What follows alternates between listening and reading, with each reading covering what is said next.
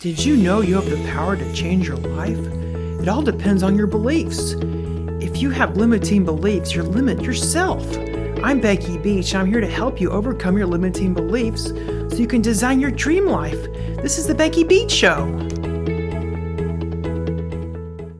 Hey everybody, welcome to the Becky Beach Show. I'm Becky Beach, and today's guest is Jenny Melrose of JennyMelrose.com. Welcome, Jenny. Thank you so much, Becky, for having me. I'm excited about this conversation. Oh, yes, Jenny is a five-figure blogger and she does sponsorships. Yes, I did do I still do sponsorships, but when I had my lifestyle site, the Melrose Family, which I sold back in 2019 for six figures, I was making five figures a month just on Oh, sponsorships. okay. Yes. And I now do sponsorships for my summit that I host and an in-person retreat that I host as well. Oh, fabulous. Yeah, I'm actually, trying to get more sponsorships myself. And it is kind of difficult to get these companies. They keep lowballing, like what are your strategies to get a company to pay you what you're worth? Yes, I think the first thing is to know your value, right? You have to have what I call a hate rate to determine what's the lowest rate that you are willing to work for. And when you're looking at that, it's the rate at which you'll hate yourself for working on that campaign and probably do a crap job for them. So I think you have to take into consideration when you're figuring out your hate rate, what you would charge hourly is the minimum amount that you would be willing to charge. And then when you are figuring out the amount of hours that you're going to put into a campaign. So if you're doing, I used to be primarily a food blogger. So the recipe creation went into that, taking the photos, editing the photos, writing the post, and then any social media or email marketing that went in behind it. I compiled all of that into my calculations so that I could figure out what my hate rate was. So if it would take me 10 hours to work on a campaign and the least I was willing to work for was $50 an hour, let's say, then I wasn't going to take anything less than that. 50 times the 10 would be your 500, whatever it would be for hate rate. Now, as you typically are trying to come up with your rate that you are going to charge, my biggest suggestion is to come up with a package proposal. You never want to just tell them, I charge this for a blog post, I charge this for social media, for email, whatever it might be. Your numbers, your follower numbers, the amount of views that you're getting, how long you have been out there, your domain authority, all come into effect when you are figuring out that proposal package price. So when you figure out the package price, you give them a total for it and what the deliverables will be. And then when they come back, because they're going to come back Yeah. and try to negotiate with you, you can then take out certain deliverables to make it so that you know the value of your time and what you're putting into that campaign. Oh, I just love that. So, like, how were you able to find sponsorships? Did they just come to you or did you come to them? Like, what was the process? So when I started my site, it was 2010. It was a very different time, of course. And I started doing sponsorships pretty consistently and starting in 2016. And I decided that year that that was where I wanted to really focus. I was already making money via ads. I was making some money from affiliates. And I wanted to focus on sponsorships. So I put in a system in place that I actually teach in my signature program, Pitch Perfect Pro, that you actually are a student of. Uh-huh. And in that, where you were reaching out to them, you were finding the email for the contact person for that brand, whether it is a PR person or whether it is someone on the brand's team, in order to pitch them. Because there are so many of us. There are so many more bloggers and influencers than there ever have been, especially after COVID, with TikTok becoming something that everyone and their mother jumped to. And of course, became TikTok famous and created all these Instagram accounts that probably wouldn't have done it had it not been for COVID. So you're a needle in a haystack. And because of that, you have to find a way to stand out, and getting into their inbox and being able to pitch them is the best way to stand out and be able to work with the brands that you ideally really want to work with.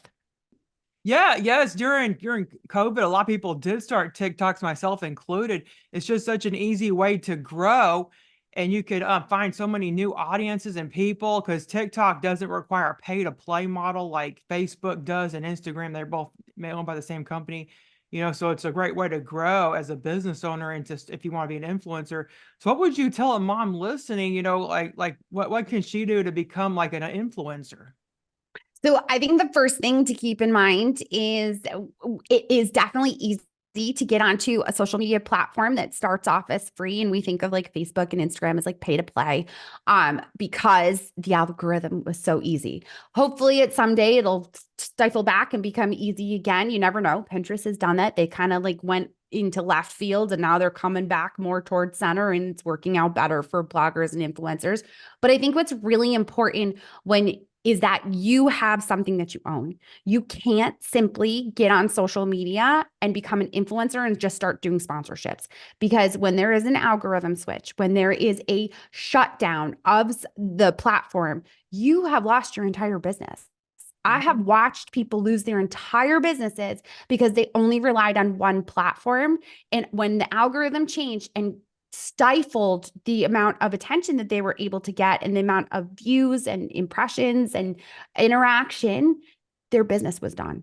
So you have to have a business model that includes growing an email list and having a blog, having a way to attract them that doesn't rely on social, that relies on it being a landing page, a Google keyword research, SEO, so that they can actually find you because you are solving a problem that they have. Oh yeah, that's a great tip, by the way. Yeah, in my social media, I put a way for them to get a freebie. Like I actually have two freebies. I use a stand store. You can actually make it look really, really nice and professional. You can put your freebies. You can put a way that gets your courses and all that. So it's like really fun to have. I really recommend getting a stand store. And even like what was the other one called? Like a link tree. Like you can put Yes. that, or you can The put a link in freebie bio. up there. Like that's free. And it's just a great way to get on your email list. Like you said, there's algorithm changes all the time. Like actually during COVID, my blog was getting 250,000 page views a month. And it slowed down to like half that, probably getting like 100,000 or so. But during COVID, I was able to get so many email subscribers, actually grew my list to 150,000 over COVID, because it was just such a great time. Everybody was online, like blogs, had a renaissance, people were going to blogs again. So it was like a great time to be online, and if you were able to take advantage of that, you could have grown your business significantly, which I have. And I quit my job 2 years ago because of it. And yeah, so like I totally recommend, starting a blog and an email list if you decide to be an influencer. Yes, because everything that you own, all of the assets of your business are what those sponsors are paying to get in front of. So if you have a podcast, you have an email list, you have social channels, you have a blog, all of that is part of, again, that package price that you are putting together. And all are valuable, regardless of how big it is. One of the questions people always ask me is, how big do I need to be? How many followers do I need to have? And it's not about the followers. It's about, do you know your people? Are you creating content that they are consistently wanting to come to? Have you grown an email list that people are coming and opening and clicking through to the content that you are creating for them? Once you know that you understand the problem that your audience has, the brands are going to want to work with you because they honestly don't care about you. They care about your audience. So unless you know that, then you got to get to a point where you do. Oh yes, I've had some sponsors reach out to me and they want to know like KPIs, and what click through rates I had, on the last campaign I did. So like, did you think that's a great, would you agree that that's a good thing to measure when you're doing sponsorships? Yeah. So when we were talking about KPIs, key performance indicators, we're talking about what I always recommend to people is if you've never done a sponsorship before, do like a test study or do a case study of what a sponsorship would like. So choose a product that you probably would be talking about anyways. So if you're a mom blogger and there's something that you always use, just do a post using it and have it set up similar to a sponsorship where you're going to do the full campaign for that product without getting paid, but because you love that product anyways. So you create the blog post, you do the social media behind it, you create the emails that are going to be behind it. And then when you're looking at your KPIs, you're looking at How many page views? What are you ranking when it comes to Google Search Console after that post has been out for a bit? What were the open and click through rates, excuse me, on your email? What are your impressions on each platform of social media? You have to know that. They're going to want to know that information. And all of those platforms provide you with that. You've got GA4 for your blog. You have all of the social media platforms have their own stats. And of course, your email marketing also has all of that data. It's just knowing your business so that you can show them you're a business, not just an influencer that has gotten famous over doing something stupid.